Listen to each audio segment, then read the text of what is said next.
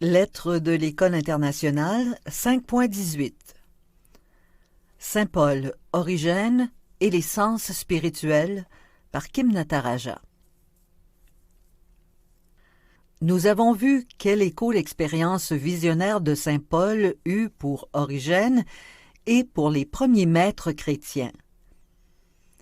Les expériences mystiques d'Origène étaient liées à une lectio divina approfondie des Écritures où il rencontra le Christ ressuscité.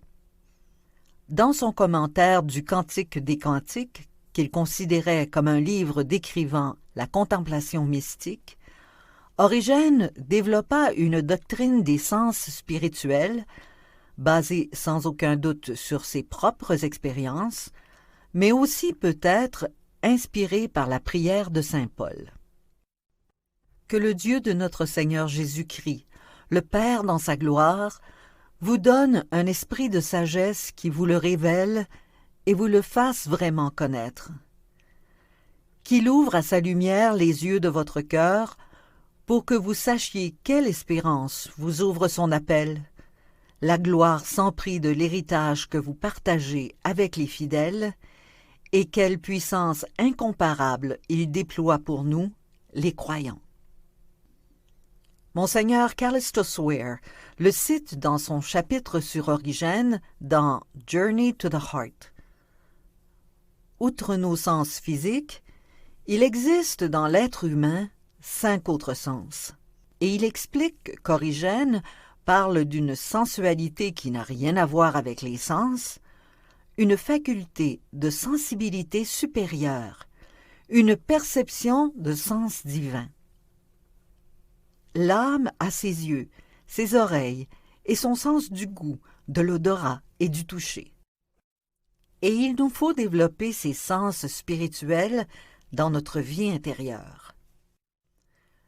Puisque j'ai souvent cité Origène et souligné son importance auprès des pères et mères origénistes du désert, vous aimeriez peut-être en savoir un peu plus sur lui. Origène est né en 186 après Jésus-Christ. Il était originaire d'Alexandrie et reçut une éducation très poussée dans les sagesses grecques, juives et chrétiennes. Il n'avait que 17 ans lorsque Monseigneur Démétrius d'Alexandrie le nomma à la tête de la première école catéchétique du christianisme comme successeur de Clément. Il était extrêmement érudit et fut également un excellent enseignant. Dans son traité des principes, il fut le premier à présenter une théorie chrétienne systématique et profonde sur le cosmos en réponse à la théologie et à la cosmologie gnostique. Il se fondait entièrement sur une lecture allégorique et mystique des Écritures.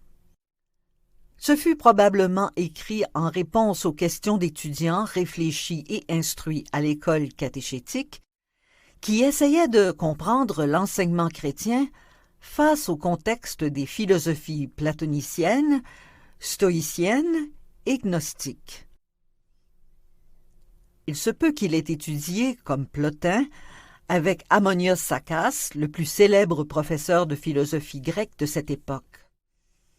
Comme Philon et Clément d'Alexandrie avant lui, il voyait des correspondances entre la sagesse des Grecs et celle contenue dans les écritures hébraïques et chrétiennes. Il se brouilla finalement avec l'évêque d'Alexandrie et fonda, à Césarée vers 230, sa propre académie qui fut très réputée. Nombreux furent les grands évêques du IIIe siècle qui comptèrent parmi ses anciens élèves. Soudès, au milieu du IIIe siècle, durant la persécution des chrétiens, il refusa d'apostasier malgré les tortures subies pendant 1 année. À la fin de la persécution, il mourut en 251 de ses graves blessures. Mais son enseignement survécut. L'une de ses idées principales, les sens spirituels intérieurs évoqués plus haut, est toujours pertinente de nos jours pour ceux qui cheminent dans la voie spirituelle.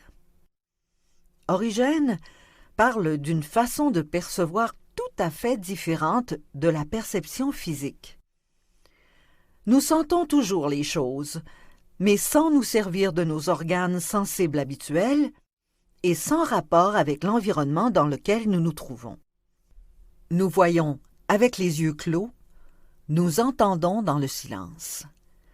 De plus, lorsque nous devenons plus intimement conscients de la présence de Dieu en nous, nous découvrons même un sens différent du goût, de l'odorat et du toucher. Comme Jésus le dit dans l'Évangile de Thomas, « Je vous donnerai ce que nul œil n'a vu, ce qu'aucune oreille n'a entendu, ce qu'aucune main n'a touché, ce qui n'est pas apparu dans le cœur de l'homme. »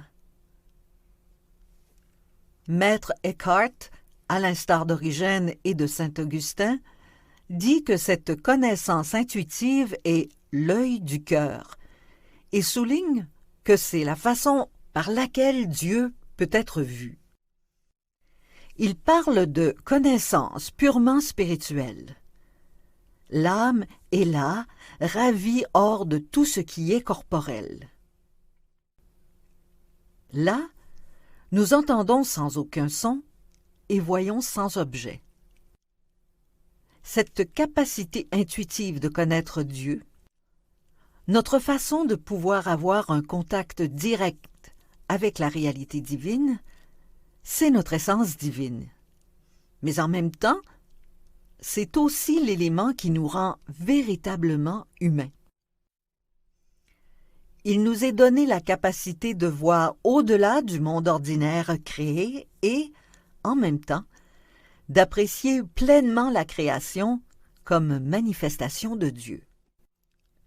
Pour que s'ouvre l'œil du cœur et que nous sachions quelles immenses ressources son pouvoir ouvre à ceux qui ont foi en lui, l'élément essentiel est la confiance. Dans The Heart of Creation, John Main montre l'importance de la confiance chez saint Paul en soulignant « Pour que nos vies soient pleinement humaines, il nous faut rencontrer en nous l'esprit d'amour. » La méditation est la grande voie de la confiance. Nous nous asseyons, nous restons immobiles, nous disons notre mantra avec une fidélité croissante et nous remettons tout notre être entièrement à Dieu.